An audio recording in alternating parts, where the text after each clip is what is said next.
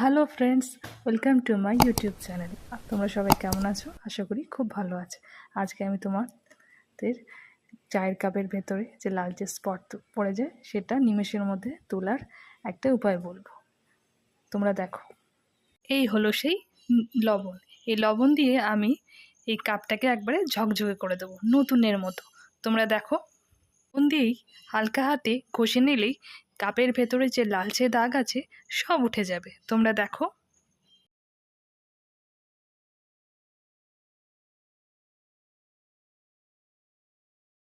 তারপর নর্মাল জলে ভালো করে ধুয়ে ফেলতে হবে।